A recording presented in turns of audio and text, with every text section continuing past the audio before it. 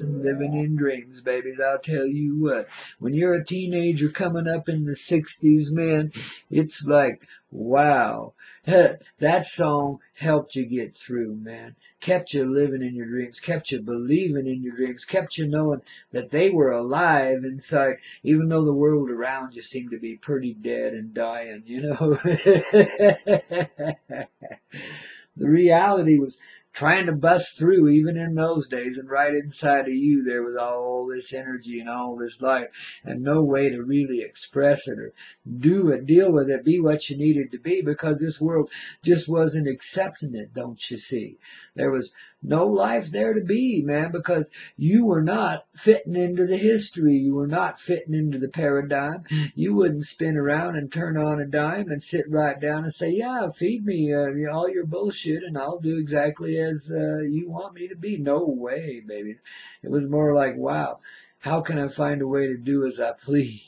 Is there real freedom here, or is it just bullshit, man? You know, I was questioning this shit 5 years old, man. I was deep in pondering already, neath the apple trees and apricot trees out back of our home there, man.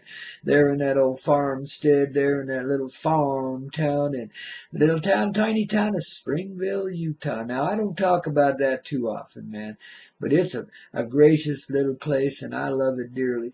I was born in the town next door because that's where the hospital was, and it wasn't much of a hospital. Spanish Fork, man. Now that's a cow town if ever there was one. Well, what a beautiful little place to be in, you know.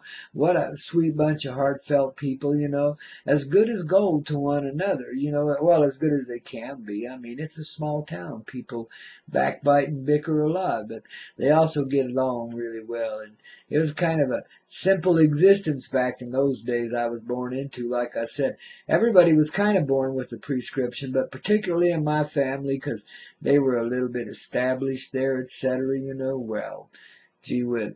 Now that just comes with a formula all built in for you. You know, there's just a kind of a way you're going to be. There's a thing you're going to be. There's a thing you're going to do. You know, they've got it all designed and planned before you even arrive here.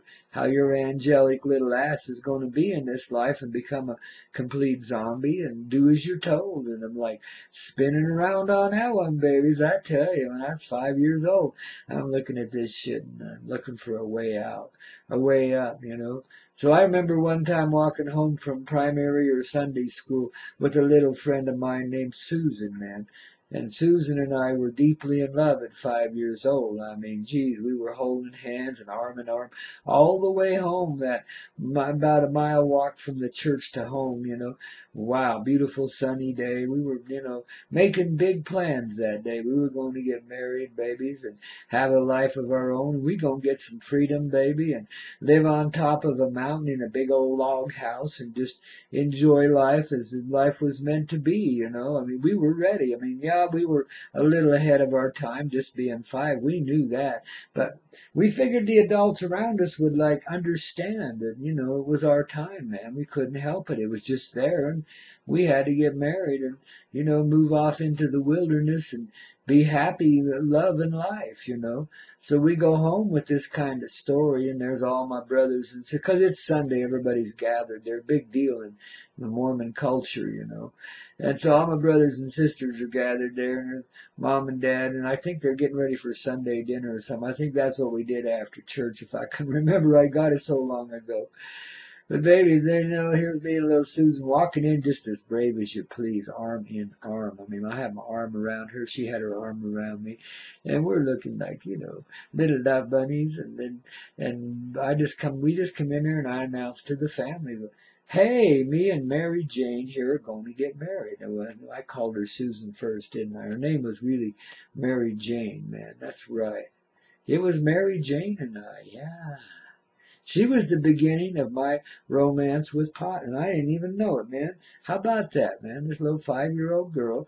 She was the daughter of one of the local furniture dealers, and you know, a sweetheart, man. I tell you, I really love that gal. You know, I saw her like 30 years later. You know, I was in some trouble and I had to go see a doctor friend of mine because I encountered one of those things you pick up when you're a little too loose in this life. And had gotten myself in trouble, and me and my old lady was there, both of us, getting some big old penicillin shots and getting our lives right. And there was like Mary Jane after all those years. Wow. Mary Jane came up out of nowhere.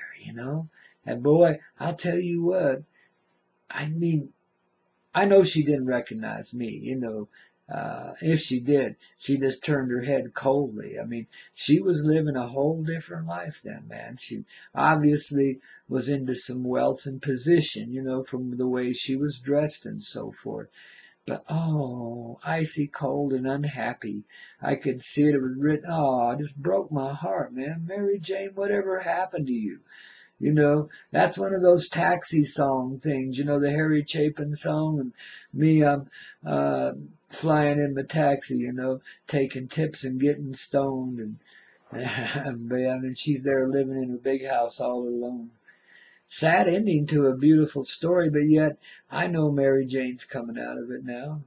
She's found her silver-haired years now, and I know she's settled down, probably got a little comfort inside of her now, probably starting to find a life for herself finally, because, well, we started something really sweet back there when we were 5 years old. We really did love each other. We did kind of do a marriage ceremony when we were like, in second grade, a couple of years after all this brouhaha with my family. I tell you what, I had the whole family laughing so hard they were all rolling on the floor. I couldn't figure out what the hell they were laughing at, man. I was just standing there scratching my head. I mean, they're just laughing, what the hell is that all about?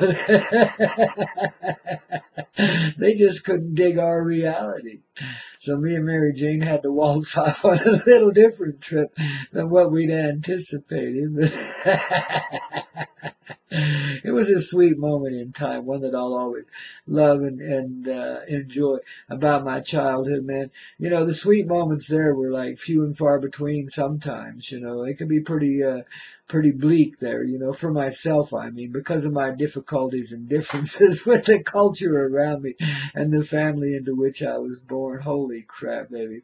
Honest to goodness, they had it all figured out. I was going to go do this, and that, and that, and that. I'd stay right on the steady path of life and follow in my brother and sister's goody two-shoes style and just be stalwart of the community and the church and grow up to be a great leader in the church in the last days as all the world was falling apart. I'd be there in Salt Lake City helping everybody get it back together. Yeah, right. That was the life they had planned for me, man. It was amazing. And they did their darndest to impose it on me, too. It wasn't a matter of choice. You were born into this. This is your inheritance. Get with it. And I'm like saying, no, I don't think so. This don't fit.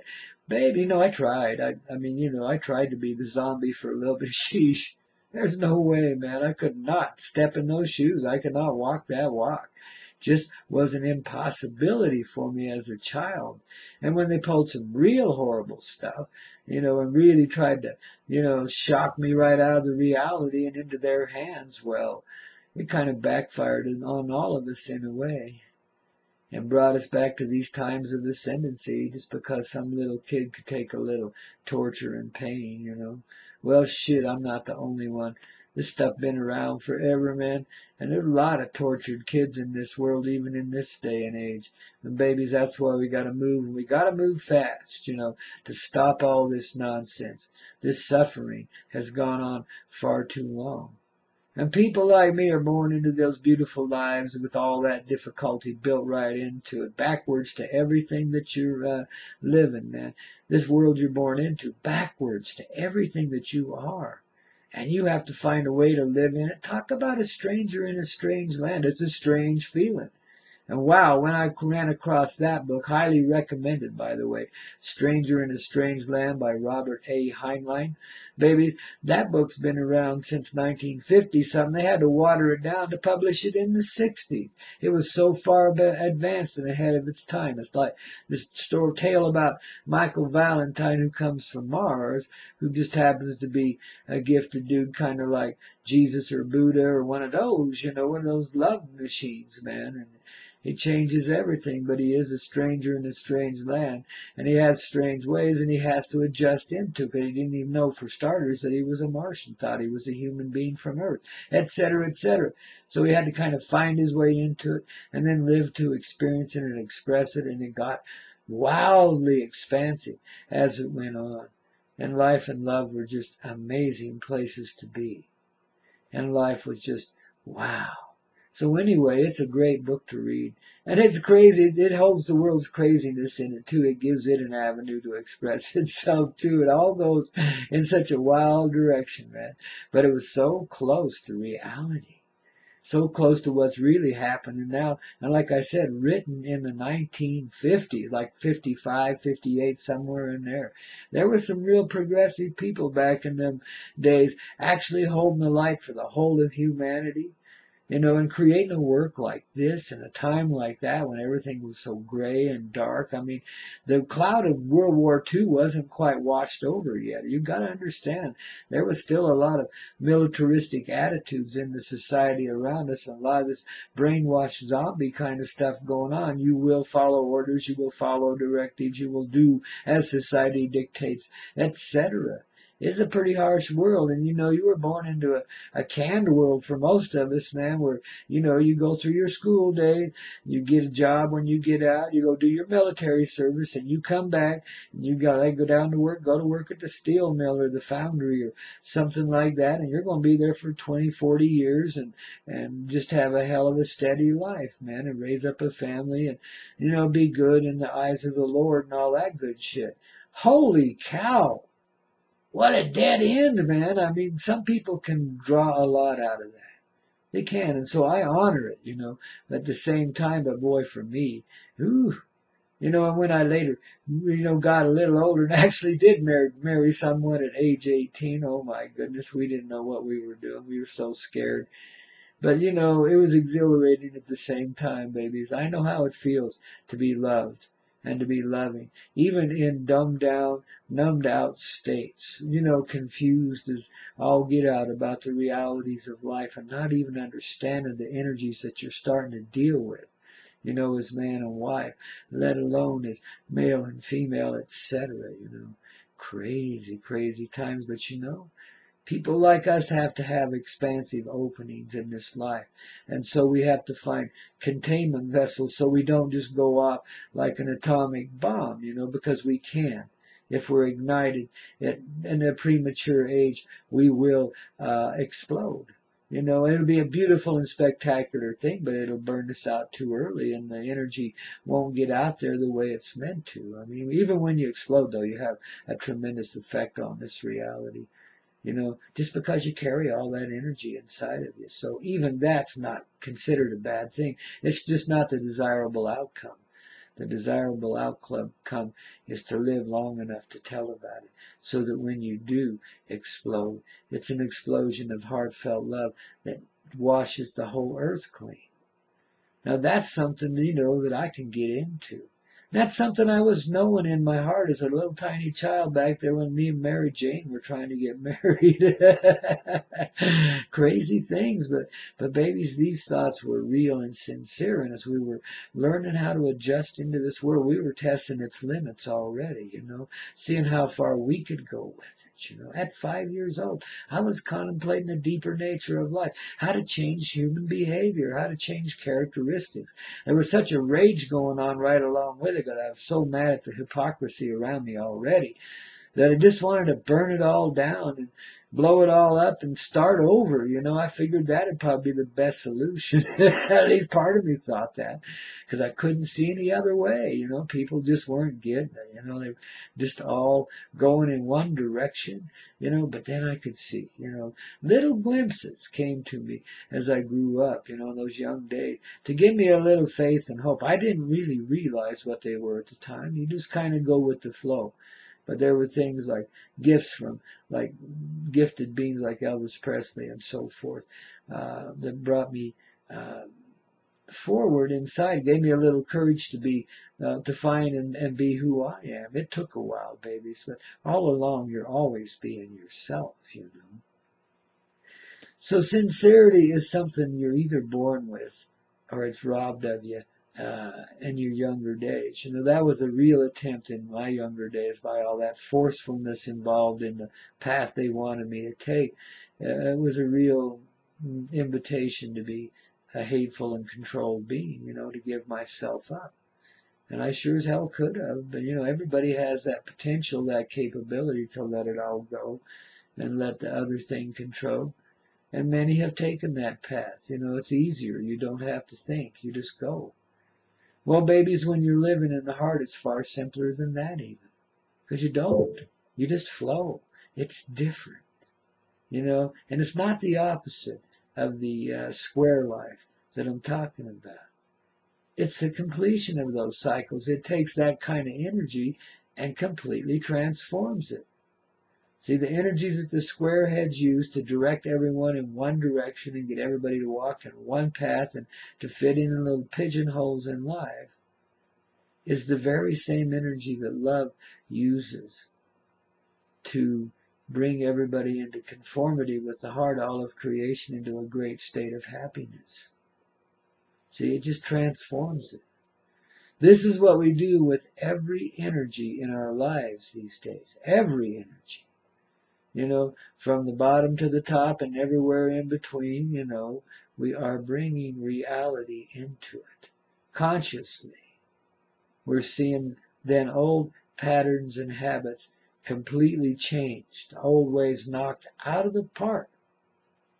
But for the sake of familiarity, we use the same energies.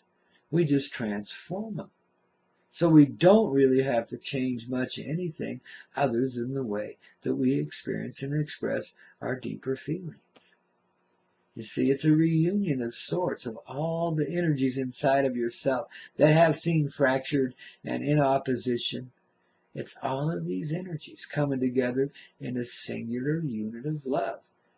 And usually the energy center of it's right there in the center of your chest, about 3 inches down from your sternum, somewhere right in that general area. But it's actually your whole darn chest. The chest area is the heart.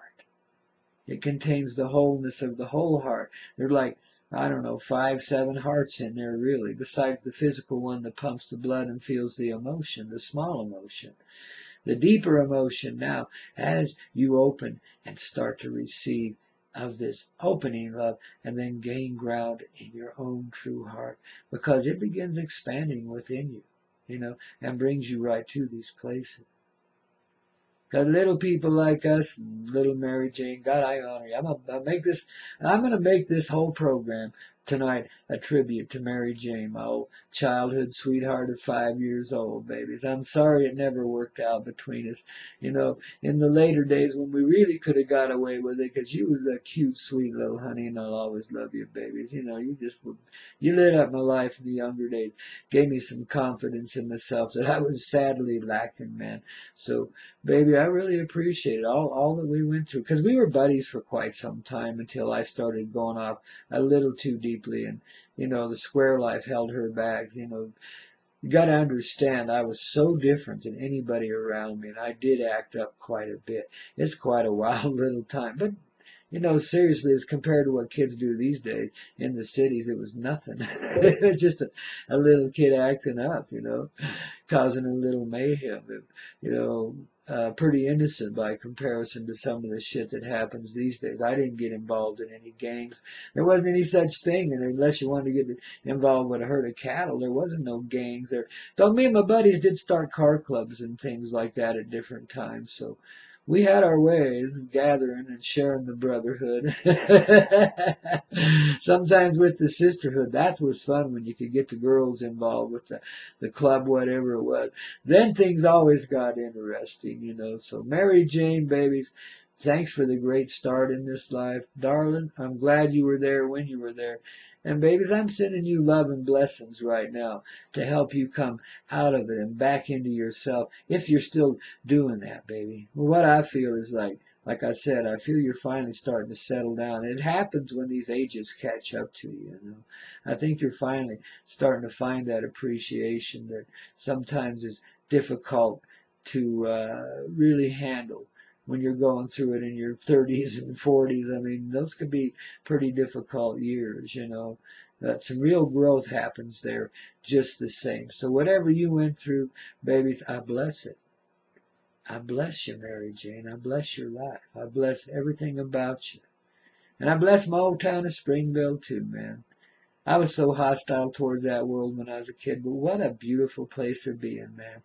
Right there against these amazing Wasatch Mountains where I spent so many days up there communing with angels and animals and so forth, and the very earth herself. I mean, wow, what a great place to grow up. What a great place to be, man. Now, I couldn't go back there and live now because, of course, the culture and I are quite contrary, and I had to break my ties with Utah a long time ago.